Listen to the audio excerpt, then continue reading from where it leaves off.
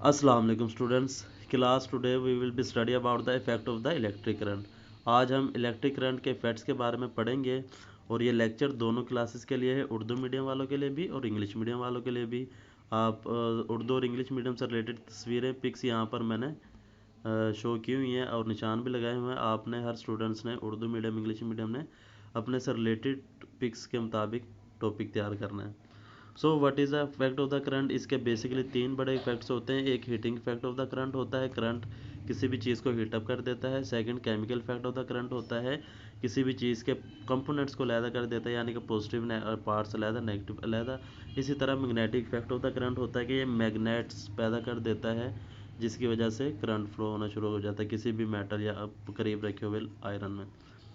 So the first question is that, ये long question बन जाएगा आपका। Right a note on effects of an electric current. तीनों points आपने लिखने होंगे और शॉर्ट में लहदा से आ जाएगा define the heating effect of the current. तो हीटिंग इफेक्ट में आपका जो करंट होगा इलेक्ट्रिक करंट वो किसी हीट में कन्वर्ट होगा। जैसे for example when electric current flows through a metal wire it makes it hot. जब भी कोई करंट किसी मेटल में गुजरता है तो वो उसे हॉट कर देता है, गर्म कर देता है। और इसकी एग्जांपल है आपका जो टंगस्टन होता है, बल्ब में लगा हुआ फिलामेंट वाला टंगस्टन, वो जब बहुत ज़्यादा हीटअप हो जाता है तो लाइट प्रोड्यूस करता है। Light is also produce when a wire becomes very hot. We use many applications in our homes that convert the electric current into heat current. हम अपने घरों में बहुत सी ऐसी चीज़ें इस्तेमाल करते हैं जो कि इलेक्ट्रिक करंट को हीट में कन्वर्ट करता है। फॉर एग्जांपल आपके पास यहाँ टोस्टर को दिखाया गया है, आयरन इलेक्ट्रिक आयरन को दिखाया गया है, जो कि आपके इलेक्ट्रिक करंट को हीट में कन्वर्ट करते हैं। इसी तरह केमिकल इफेक्ट्स ऑफ करंट होगा। तो इस थर्ड लाइन से स्टार्ट करना है। When a current flows through a solution, it can break up the solution into its components. Components solution के क्या होंगे? Positive and negative charges.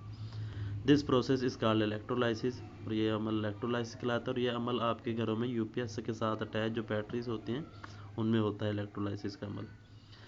When electricity is also used to coat a metal object with a thin layer of another metal, this process is called electroplating। आमतौर पर यही process electrolysis का हम इस्तेमाल करते हैं एक मेटल पर किसी दूसरे मेटल की लेयर चढ़ाने के लिए। फॉर एग्जांपल आपके पास है आपका ये रिम होता है साइकिल का, इसके ऊपर हम जो निकल की प्लेटेड करते हैं, जो आपको ये शाइन नज़र आता है। The RIMS of the bicycle are निकल प्लेटेड। इसी तरह आगे है what is the magnetic effect या define the magnetic effect of the current. A coil of a wire around a piece of iron behave like a bar magnet when an electric current is passed through it. Such magnets are called electromagnets। आपने ये इतना ही याद करना है, इतना explain कर दिएगा। इसी तरह अगर आप इसको एक्टिविटी के ज़रिए एक्सप्लेन करना चाहें तो how to make electromagnetic field, ये आपको प्रोसीजर ज़रूरत होंगी। जी चीज़ें प्रोसीजर में आप क्या करेंगे, सबसे पहले आपने एक नेल यानी कि कील लेना है, जिसके ऊपर आपने एक तार को तकरीबन 15 से 20 मरतबा टर्न करना है, जैसे यहाँ दिखाया गया है। उसके बाद आपने श्योर कर लेना है कि आपका जो दोनों एंड हैं वायर के वो किसी बैटरी के साथ अटैच हों। दरमियान में एक स्विच लगा दें। जब आप स्विच बैटरी को ऑन करने के लिए स्विच को ऑन करते हैं और इसमें आपकी जो नेल होता है इसमें मैग्नेटिक फील्ड्स पैदा हो जाती हैं। इसका हम मुशाहदा कैसे कर सकते हैं, जब हम इसे किसी भी पेपर क्लिप्स के पास लेकर जाते हैं तो वो इसे अपने पास क्लिप कर लेता है, अपने पास कैच करना शुरू साथ अटैच कर लेता है। और जैसे आप स्विच को ऑफ करते हैं तो चूँकि करंट बहना फ्लो होना बंद हो जाता है, रिमूव हो जाता है करंट, तो ये जो आपके पेपर क्लिप्स इसके साथ अटैच होंगे नेल से वो हट जाएंगे, वो उसे कैप्चर नहीं करेगा। पाँचवें पॉइंट का जवाब आपने यही लिखना है कि the electromagnetic pick up the paper clips when the current is flow. तो नॉर्मली क्या होता है, मैग्नेटिक फील्ड डिसअपियर, जैसे ही फील्ड डिसअपियर होता है व्हेन कब होता है ये, करंट इज टर्न ऑफ। जैसे आप करंट को ऑफ करते हो मैग्नेटिक फील्ड भी डिसअपियर हो जाता है। दैट इज़ वाई इसीलिए it can not pick up the paper clips when current is off. तो करंट ऑफ करने पर आपके ये साथ अटैच नहीं होंगे। इससे आगे नेक्स्ट आपने याद करना है बच्चों, बहुत इंपॉर्टेंट क्वेश्चन है, व्हाई इज़ इलेक्ट्रिसिटी डेंजरस। इस चैप्टर का अहम मकसद है कि आपको ये आइडिया हो सके इलेक्ट्रिसिटी हमारे लिए डेंजरस क्यों है और इससे बचाव के एहतियाती तदाबीर आपने याद करने के वो क्या हो सकती हैं। Number 1 question, electricity is a part of our everyday life. Electricity हमारी तकरीबन रोज़मर्रा ज़िंदगी की बहुत अहम ज़रूरत है। But sometime it can be dangerous, ये बहुत नुकसानदा भी हो जाती है हमारे लिए। As electric shock is a load pain of full and dangerous. For example अगर किसी को इलेक्ट्रिक शॉक लगता है तो ये बहुत पेनफुल होता है, बहुत ख़तरनाक हो सकता है, यहाँ तक कि इससे जान भी जा सकती है। ये शॉर्ट क्वेश्चन आपने याद करना है। लॉन्ग क्वेश्चन में राइट डाउन आपने लिखना है, write down the safety rules that we should be save and sound from the electricity. Electricity से बचाव के लिए आपने कुछ रूल्स लिखने हैं, जो यहाँ पर आपके 6 लिखे हुए हैं। ये आपने याद करना है कि टच नहीं करना आपने किसी भी ऐसी वायर को जो कि पावर लाइन से आ रही हैं, उनको टच ना करें हाथ से। और never touch the electric appliances, wet hands, गीले हाथों से कभी भी उसको टच ना करें। थर्ड पॉइंट में है डोंट एंटर एनी मेटल, किसी भी मेटल को आपने इलेक्ट्रिक सॉकेट में नहीं डालना हाथों से पकड़ के। ओवरलोड ना करें किसी भी आपने पावर सॉकेट्स को। इसके अलावा अगर किसी पर्सन को करंट लग गया है या वो इलेक्ट्रोक्यूटेड यानी कि हो गया है, तो उस शख्स को आप अपने हाथों से टच ना करें, बल्कि कोई भी ऐसी नॉन मेटेलिक चीज़ पकड़ें, फॉर एग्जांपल प्लास्टिक हो गई, लकड़ी हो गया या कपड़े वगैरह से उस शख्स को उससे दूर करें अपने इलेक्ट्रिक पावर से।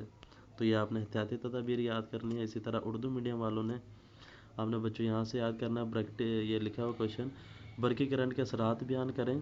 तो ये क्वेश्चन यहाँ से लेकर यहाँ तक आपका लॉन्ग होगा, येलो से मैंने कलर हाईलाइट कर दिया है। इसके अलावा शॉर्ट कर फॉर्म में आपने ये याद करना है रेड कलर से। फॉर एग्जांपल शॉर्ट में आता है किसी करंट का हरारती असर बयान करें, तो ये आपने याद करना है। इसी तरह करंट का कीमियाई असर जो होता है, जब करंट किसी महलूल में से गुजरे तो महलूल के इसके अज्जा को तकसीम कर देता है, यानी कि जैसे पहले बताया पॉजिटिव नेगेटिव आयंस, ये अमल इलेक्ट्रोलाइसिस कहलाता है। और ये आपकी बैटरी में होता है, इस घरों में मौजूद यूपीएस के साथ। इसी तरह इलेक्ट्रिसिटी एक धात पर दूसरी धात को चढ़ाने के अमल को कहते हैं इलेक्ट्रोप्लेटिंग। ये बाईसाइकिल के रिम के अंदर आप फिनोमेना देख सकते हैं। नेक्स्ट आपने करंट का मकनातीसी असर बयान करना है। तो लॉन्ग में आपने पूरा याद करना है, जबकि शॉर्ट में आपने ये 2.5 लाइन याद करनी है कि इलेक्ट्रिक करंट धाती तार में मकनातीसी असर भी पैदा करता है। लोहे के टुकड़े के गिर्द तार की कोयल करंट के गुजरने पर एक सलाख मकनातीस की तरह अमल करती है। ऐसे मकनातीस बरकी मकनातीस कहलाते हैं। यहाँ तक याद करना है। एग्जाम्पल में आपने बताना करंट के बहाव के रोकने के मकनातीस अपनी मकनातीसियत खो देता है। जैसे आप करंट का बहाव रोक देंगे तो उसकी मकनातीसियत खत्म हो जाएगी। जो कि इसके लास्ट पॉइंट का ये जवाब था कि जब करंट बंद कर जाएगा तो क्या इलेक्ट्रोमैग्नेटिक पेपर क्लिप्स को उठा सकते हैं। तो चूंकि यहाँ पर आप बता रहे कि बहाव रोकने से मकनातीसियत ख़त्म हो जाती है, तो फिर ये इसके क्लिप्स को भी नहीं उठाएगा। ये आपने याद करना है उर्दू मीडियम वालों ने। इसी तरह आपने ये क्वेश्चन याद करना है, इलेक्ट्रिसिटी के ख़तरनाक क्यों हैं, पहली लाइन आपने याद करनी है। और इससे बचाव की एहतियाती तदाबीर बयान करें, ये लिखा हुआ क्वेश्चन है, इलेक्ट्रिसिटी से बचने के लिए एहतियाती तदाबीर बयान करें। तो ये तमाम पॉइंट्स आपने याद करने हैं। Thank you so much students.